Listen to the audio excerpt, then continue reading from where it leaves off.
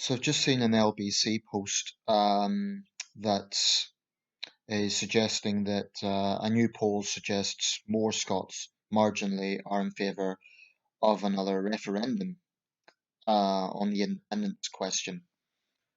Some polls even suggest that a slight majority of Scots now favour independence. Um, to me, this only indicates why referendums are so problematic because people can be fickle. I'm not saying that everyone who has changed their mind is flippant about it. I'm not saying that at all. But the problem with referendums is, aside from the obvious division that they cause, you will always have the losing side raising questions and agitating for a rerun. Exactly what we've seen with both the Scottish referendum of 2014 and the EU referendum of 2016. Now, in the latter referendum, I voted Remain. I haven't regretted that decision. I remain uneasy about Brexit. I'm not convinced that it's the wonderful success that Brexiteers implied that it would be. However, I'm also not all doom and gloom. I'm not like it's been a total failure. The UK isn't in a great state at the moment. We have been hit hard by COVID. We're in a recession. But I think it is far, far too early to say if Brexit's been a success or not. Far too early. I think we can only truly know in about 10 years from now, honestly, because I'm not an economist. I don't know if you can point to B is a result of A, and I think you'll get differing expert opinions. So I really, really think it's too early to tell. And as such, I'm reserving judgment. I'm not going to say it's been a wonderful success, and I'm not going to say it's been a total failure either. It's just too early to say. Now, there is one thing that we could say as a fact, and it is that in 2014, more Scots voted to stay in the UK than Scots who voted to stay in the European Union in 2016. That's a very viable fact. That is the statistics. I believe it was over 2 million Scots voted to stay in the UK in 2014, and I think it was about 1.6 million. You can check the exact figures, but stay in the EU in 2016. Now, the argument the nationalists make is more Scots voted to remain in the EU, as opposed to those who voted to leave, and they're being ignored. Well, what I would say to that is, there's many people in England voted to remain in the EU and were very disappointed. They didn't get what they wanted. I didn't get what the result I wanted to see. I was disappointed. But in terms of international affairs, we are the United Kingdom. We operate as one body, whether you like it or not. We operate as a unitary state. There is no Scottish foreign policy. There is no English foreign policy. It's a British foreign policy. Scots had a free vote on the European Union. And yes, many people were disappointed, as were people in Northern Ireland and Wales. But if this goes ahead, if there's another referendum on Scottish independence, 6 years or 7 years if it happens next year from the last one, then what happens if the Nationalists win? Then the Unionists will call for another referendum. It will be never ending. This is the problem with referendums. Um, I voted Remain on the EU question, but I don't agree with those Remain voters who are pushing and agitating for another referendum on that. I don't think there's any point of it. Prominent Remain people have also spoken against that. There's no benefit to be made from agitating for that because all it looks like is arrogance and almost elitism. It just lends into the stereotypes about elitist Europhiles who disregard democracy. I do think if Brexit turns out to be a big mess, then the Brexiteers need to show humility and they need to accept that they got it wrong. And it may be that in the future, if things get so bad, then we might have some situation where we rejoin. I don't think that will happen. And I don't see the point of agitating for this. It's where I disagree with Tony Blair. Although I respect Tony Blair in many ways, I think he and others are wrong to be pushing this. Um, to be fair, Keir Starmer hasn't. You know, Johnson has tried to portray him as a Remainer lawyer, but actually, since becoming leader, he hasn't made it a big issue. That's very wise politically, because obviously many Labour people abandoned the party over that issue, including in my city. So, what I would say about the issue of Scotland, I get frustrated and saddened by ignorance on both sides. Now, what I mean by that is I do think that despite their denials, there is definitely an anti-English strain within nationalist ranks. Of course, Nicola Sturgeon's an experienced politician. She's going to be diplomatic. You know, she would never come out with any anti-English xenophobia. She's a polished politician. I don't like her politics, but I don't think she's stupid. But when you look at some other groups in Scotland, the likes of Wings Over Scotland, unquestionably, they have a very ugly jingoism going on there. So it's kind of ironic. I've seen one of the most common ways that Scottish nationalists dismiss their opponents is by framing them as right-wing gammons. You know, you see this on any debate thread. Um, well, when they're going to throw charges like that out, they need to look at the jingoism in their own midst. Why is Scottish nationalism a great thing, but British patriotism is ugly, in their opinion? It's just a lazy slur. I don't say that everyone who supports the SNP is an anti-English bigot. I've never said that. I do think there is anti-English bigotry within Scottish nationalism, and I think there's evidence of it. But I do not say that every single person who supports the SNP or even wants independence hates the English. I've never said that. I profoundly disagree with them, and I think it's very, very sad that they feel that way. But I don't say they are all the same.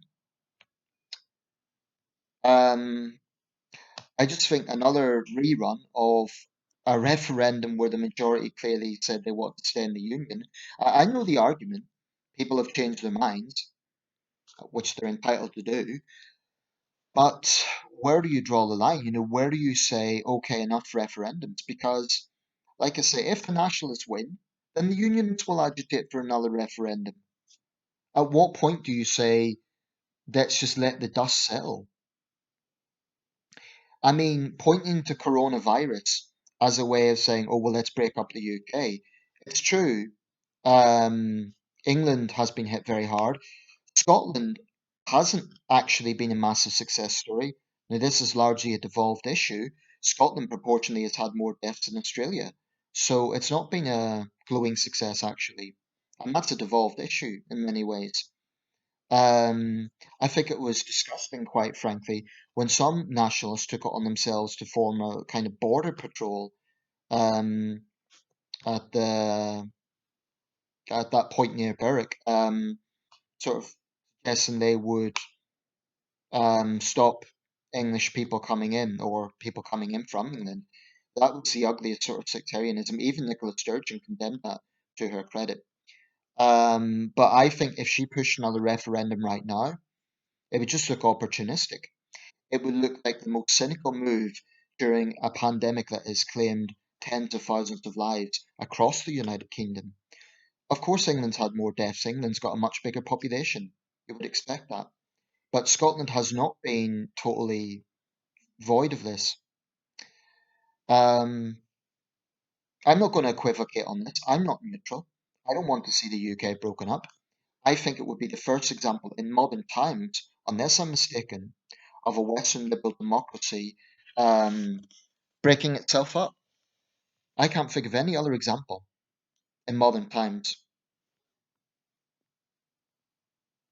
I can't think of one of a major Western liberal democracy breaking itself up over this, over anything. I mean, there's the American Civil War, which came close to that.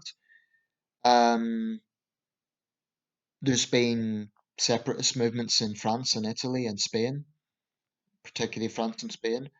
and of course the Troubles in Northern Ireland and all the complex history there. But even in the case of the Troubles, the IRA and the other Republican groups realised they were never going to get what they wanted through violence. And the late, great John Hume, although he was a moderate nationalist, he also fully knew that. To his credit, he always denounced the IRA. I just think it's very, very sad that there are people who look at the problems this country has and think that is enough of a reason to break the country up, to end this state, to end the United Kingdom. I think it would be an utter tragedy to just demolish 400 years of shared history. You know, we recently had VJ Day, and the late Eric Lomax of Railwayman fame was from Edinburgh. I don't know what Mr. Lomax's politics were, but I am sure when he was a prisoner of war in Burma, working on the Burma Railroad, I very much doubt that the breakup of the United Kingdom was on his mind. And people might say it's being sentimental, but it is more than just practicalities for me. It is a sentimental thing. I don't want to see the end of the United Kingdom. And I think the British government will actually be within its legal rights to refuse another referendum because constitutionally it has to be agreed by both sides. So Boris Johnson is under no obligation to give in to one. Some might say if he refuses, oh, well, that's showing Westminster arrogance. I would suggest it's a nationalist refusal to accept the results of 2014 that shows their arrogance. I'm not neutral on this. I'm a unionist, but I'm not a gammon, and I am not a blind nationalist. I believe the UK needs to be outward looking. I believe we need trade with countries around the world. I think we need to be an inclusive nation. And I recognise there are some unionists who are pretty right wing. Some of them might even be far right. You know, they don't speak for me. But I think it's a gross distortion to try and paint all unionists as being, football hooligan type neo-nationalists. If I would say if you support Scottish independence, if you don't like being called anti-English, then don't portray all unionists as being far right thugs, as being gammons or whatever other label you want to apply. And that's all there is to it. Incidentally, the last time I made a video about the subject, one person who supported independence claimed that I was avoiding questions. Well, when I invited him to have a debate, he mysteriously just went away. He didn't have any content on his channel. So if you're going to troll me, then at least back up. Um, I don't see any compelling argument for breaking this country up. Coronavirus? Well, Scotland and England went through the 1918 pandemic together. 250,000 people died. We went through two world wars together. I just think it would be an utter tragedy, an utter, utter tragedy if the UK broke up. And needless to say, Beijing and Moscow would absolutely welcome it, especially Moscow. And no, I'm not saying that the SNP are in cahoots with Putin. To be fair, Nicola Sturgeon's been very assertive on that. Alex Salmond hasn't. Alex Salmond's become a mouthpiece for RT. His little show on RT is taking his anti-British sentiments to a whole new level. And to be fair to Nicola Sturgeon, she has distanced herself from that. Okay, I'll round this up, but I think if it went ahead, it would be an utter, utter tragedy, and I'm not equivocating on it. I'm a unionist. I believe in the United Kingdom, and I don't believe it's just some static political thing. I believe it's deeper than that. Because I think nationalists think they have a monopoly on sentiment. I think they believe that they have this romanticized ideal of an independent Scotland. Well, some of us actually have deep sentiments about the United Kingdom. I make no apology for that. Final point. There are some people in England who say, oh, well, let the Scots do what they want. To you, I say you're just as bad as sectarian Scots. If you're generalizing all Scottish people, if you're saying they represent all in it, You read a report about such and such a percentage wants independence, and you say, "Oh, we'll let the Scots do this." You're being a bigot towards the Scots, and I'm just as vocal against that as I am against anti-English bigotry. Two sides of the same coin. There are millions of people out there who have similar sentiments to me and don't want to see this go ahead. I don't really think it will, actually, but you know, you could be sure that the separatists will keep agitating for this. By the way, separatists, if you choose to take it as an insult, that's fine. That's just an adjective. It means to separate, and that's what it would mean. There's no other way. That's not an insult. It's just what would happen. England and Scotland would separate. Scotland would become independent. So, it's if you want to take it as an insult, fine. Um, I say separatist because that's what it is. That is the accurate definition. If you prefer nationalist, okay. Scottish nationalist, Scottish separatist, take your pick. They're both accurate.